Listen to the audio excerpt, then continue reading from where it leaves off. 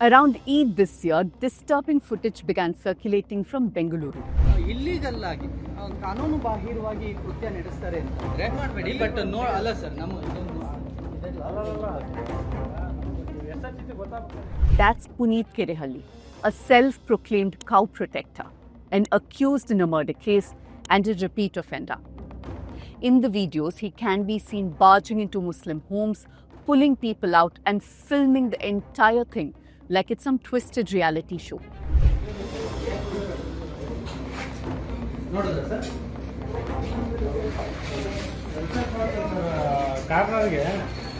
His claim is that he's rescuing cattle and goats allegedly meant for Eid sacrifice. But this isn't a rescue. This is intimidation and it's trespass. A formal complaint was filed by lawyers and activists asking police to take preventive action. But the police didn't act. They cited Bakrid holidays and staff shortage. Now here's the thing. Puneet Kerehalli has done this before. In fact, many times before. ನಿಮ್ಗೆಲ್ಲ ಗೋಮಾತನ ಬೇಕಂದ್ರ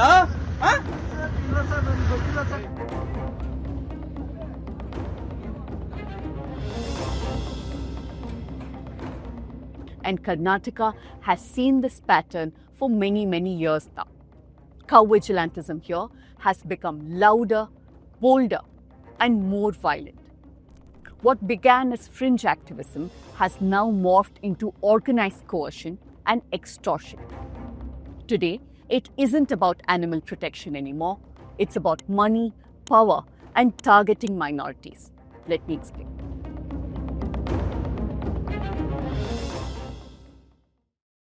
What you eat, wear, or believe in is your personal choice. But people like Puneet Kerehalli want to take that away from us because spreading hate and fear is their business model. And you know what the sad part is? Many news channels give them a platform and become enablers. At the News Minute, we believe it's our responsibility to call out hate mongers without fear or without compromise. And we don't do it for clicks. We do it because journalism should build a better, a more inclusive society and not drag us backwards into regressive thinking. If you believe that too, we need you with us. They have an entire machinery behind them, spreading hate and fear. And all we have is you. So stand with us and become subscribers of the News Minute and News Laundry.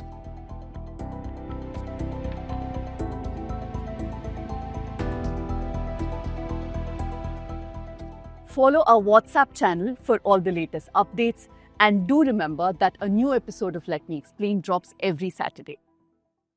Puneet Kerehalli is part of a group called Rashtra Rakshana Pare. He's also an accused in the murder of a cattle transporter. In March 2023, in Karnataka's Ramnagara district, a cattle transporter by the name Idris Pasha was found dead. Earlier that day, Puneet and his group had intercepted Pasha's vehicle near Satnur. Despite the cattle being legally transported with proper documents, Puneet allegedly demanded 1 lakh rupees from the transporters. When they refused, the situation escalated. Witnesses say a taser was used, and the autopsy confirmed this. This wasn't Puneet's first encounter with law enforcement. He had 17 criminal cases against him before this very incident, and this includes allegations of harassment and intimidation of cattle traders, particularly from the minority communities. Puneet was arrested and charged with murder. He was in jail for a month, but he has continued to use the same methods. In March 2024 in Bengaluru, 2 men, Ali Mullah Beg and Rafiq, were transporting cattle to Tamil Nadu. Here too, the same story repeated. Puneet stopped them, accused the men of illegal transportation and demanded money. And when they refused, the group used violence. Ali Mullah later filed a police complaint and Puneet was booked. In July 2024, Puneet and his group stormed the railway station, alleging that a recently uploaded shipment was dog meat. The incident was being telecast live on TV.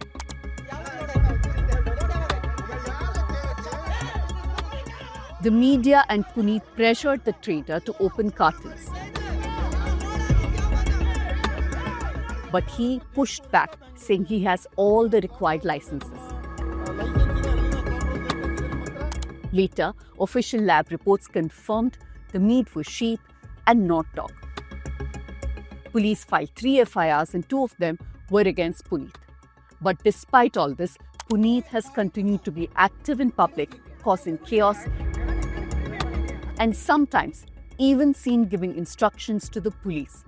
And that is the real warning. Because what we're seeing isn't just rogue behavior by one man. It's part of a larger, more organized pattern where violence is packaged as cow protection and crime is masked as religious duty. One case that exposes the deadly consequences of this vigilantism is that of Hussain Abba. In 2018, he was transporting cattle through Udupi when he was stopped by a group of Bajrang Dal members.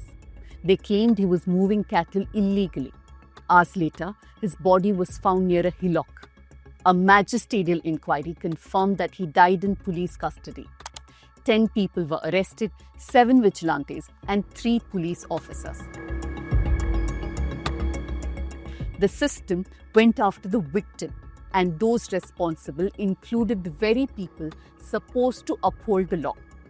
At the heart of a lot of such cases is money. Sometimes it's a few thousand rupees, sometimes it's a couple of lakhs. Take this attack in Dodpalaput near Bengaluru, for example. According to the Bengaluru police, the motive was hardly animal protection. It was extortion. The vigilantes allegedly demanded money from transporters and they used cow slaughter as a narrative for cover. The police eventually stepped in and up to 23 people were arrested for violence and 6 cases were filed against a social media group that was allegedly spreading fake news and hate about the incident. But to understand how we got here, we need to go back a little bit. Because cow vigilantism has a long, bloody and political history in Karnataka. Let's rewind to March 13, 2005. 2 Muslim men, Hajappa and Hassan Abba, a father-son duo, were stripped, beaten and paraded through the streets by members of Hindu Yuva Sena in Karnataka's coastal region. Notably, among the men involved in that assault was Yashpal Suvarna, now an MLA of the BJP. At the time, he was a member of the Hindu Yuva Sena. Yashpal gained notoriety for his role in this brutal public humiliation. That violence, carried out in the name of cow protection, didn't end his political career. In fact, it launched it.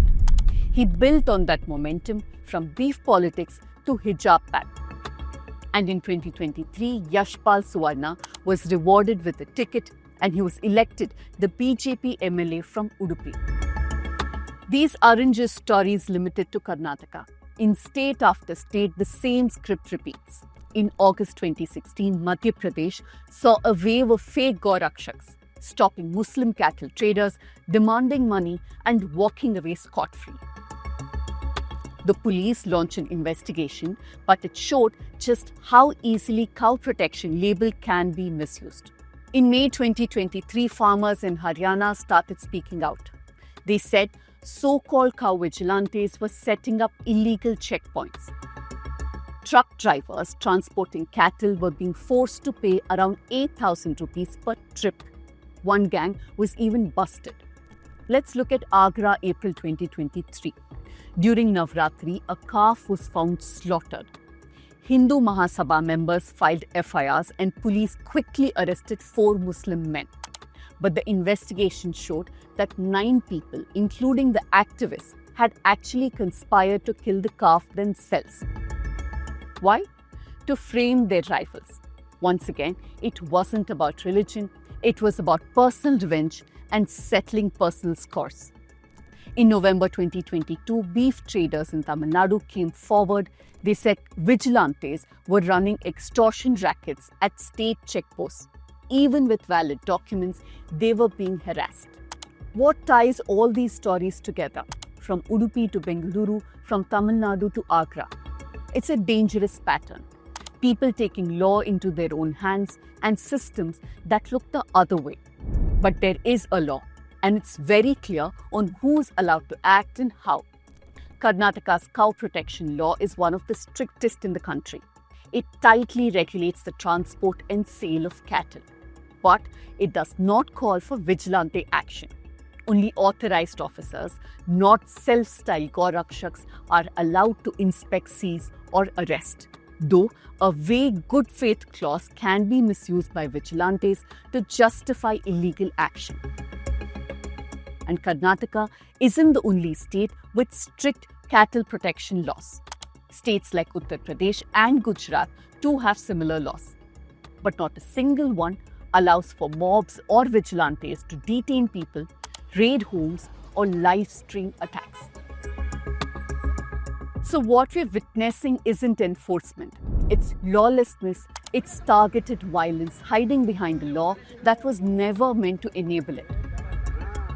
And when the state fails to stop it, or worse, is seen acting alongside it, the damage goes far beyond one case, one victim, or one state. It sends a message that violence is negotiable. And that message doesn't just endanger cattle traders. It endangers the rule of law itself. That's it from me for this week, but I'm also excited to announce our first ever joint subscriber meetup by the News Minute and News Laundry in Chennai on June 18th. Join us for an evening with Jayashree, who's News Laundry's executive editor, Shabir Ahmed, Tamil Nadu Bureau Chief for the News Minute, and Chitranshu Tiwari, who heads product at the News Laundry. If you'd like to attend this event, then you can subscribe to the News Minute, and you can also write to us at subscription@thenewsminute.com if you're already a subscriber.